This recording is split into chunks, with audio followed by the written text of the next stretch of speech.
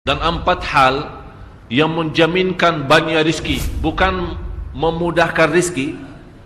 Tolong Bapak Ibu hafal. 4 hal bukan menjaminkan rizki, bukan memudahkan rizki, tidak. 4 hal mendatangkan rizki kemari. Dan 4 hal bukan Allah kasih kemudahan berarti kita berjalan mencari rizki Allah kasih, tidak. Bukan dikasih kemudahan, tapi di mana saja kita ada, posisi kita di mana saja, Allah datangkan rizki kepada kita. Yang pertama, qiyamul lail, salat malam. Yang kedua, berbanyak istighfar waktu sahur.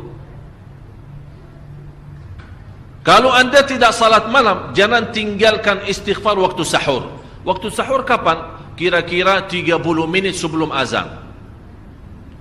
Disitulah Allah sendiri memuji. Allah bangga dan senang terhadap orang yang sahur. Sampai ulama berkata, tidak ada ibadah yang terbaik di waktu sahur selain istighfar. Jadi boleh baca Quran, boleh salat malam, boleh zikir, boleh apapun, tapi yang terbaik istighfar. Fokus hanya istighfar. Astaghfirullah wa atubu ilaih, termasuk istighfar Allahumma anta rabbi la ilaha illa ant, yang Bapak Ibu tahu sayyidul istighfar, yang terutama, yang paling luar biasa. Allahumma anta rabbi la ilaha illa anta khalaqtani wa ana abduka wa ana ala ahdika wa wa'dika mastata'at a'udzu bika min syarri ma sana'at abu'u laka bi ni'matika alayya wa abu'u bi dhanbi faghfirli fa innahu la yaghfiru adh-dhunuba. Ya Allah, kalau kita fahami doa ini luar biasa. Oleh karena itu kata Rasulullah, barang siapa yang membaca sayyidul istighfar, kemudian di malam hari dengan keyakinan dia meninggal habis baca istighfar, masuk surga. Masuk surga. Berarti ini salah satu doa yang menjaminkan dengan mudah masuk surga. Jadi 4 hal yang mendatangkan rizki, bukan kita mencarinya, dia yang datang kemari. Apalagi saat mencari lebih mudah. Qiyamul lail, salat malam. Tapi dalam bahasa, mohon maaf Bapak Ibu, dalam bahasa Arab disebut qiyamul lail, bukan salat. Tapi kalau diterjemahkan dalam bahasa kita salat. Tapi kenapa di situ qiyamul lail? Diberikan qiyamul lail, qiyam artinya berdiri, berarti lama. Saking lama berdiri dikaitkan jadi qiyamul lail. Qumil laila ya ayyuhal muzammil. Apa terus? Qumil lail, berdirilah saat malam. Berdirilah, bukan salatlah malam, tidak, berdirilah malam hari. Itu dahsyatnya di situ berdiri.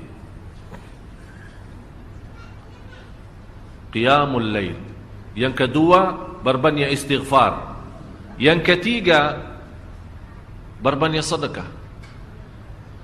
Sebenarnya bukan istilah berbanyak sedekah. Kadang-kadang orang bersedekah 100 juta, udah saya sudah bersedekah 100 juta. Bukan itu. Bukan yang dimaksud berbanyak sedekah itu dari sisi uang itu banyak atau sedikit, bukan.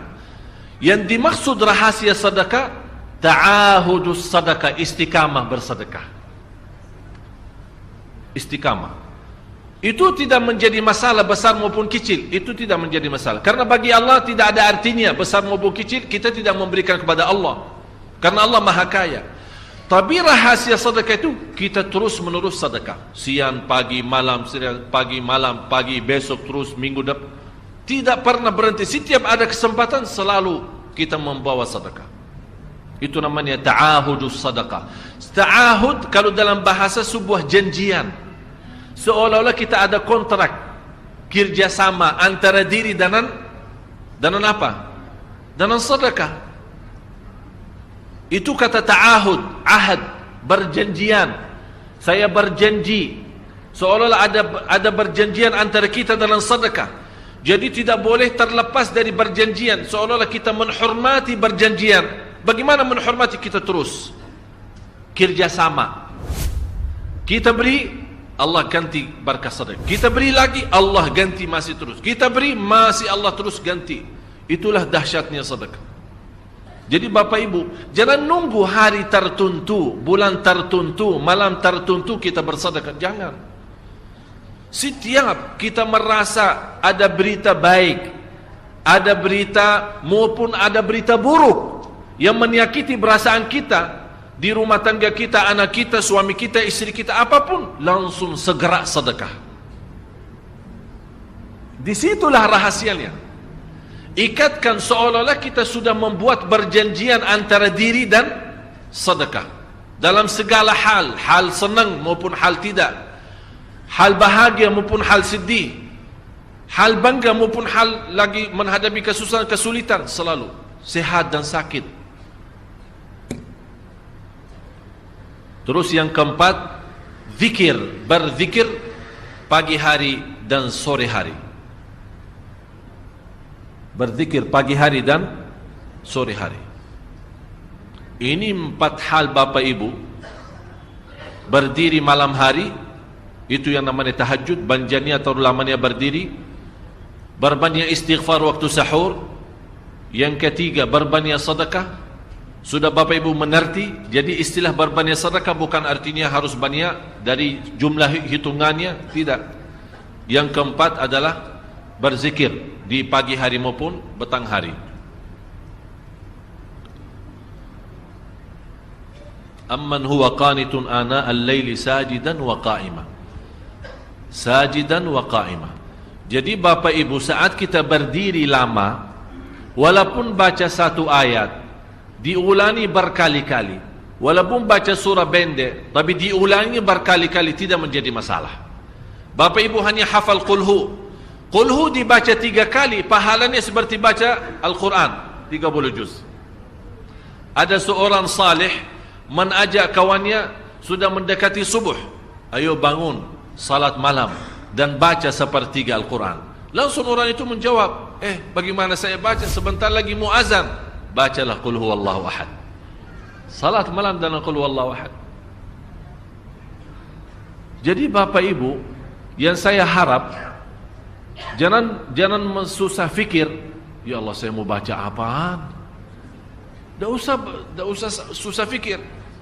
Baca dan nikmati, yang penting nikmati bacaan. Walaupun qul huwallahu ahad setiap hari.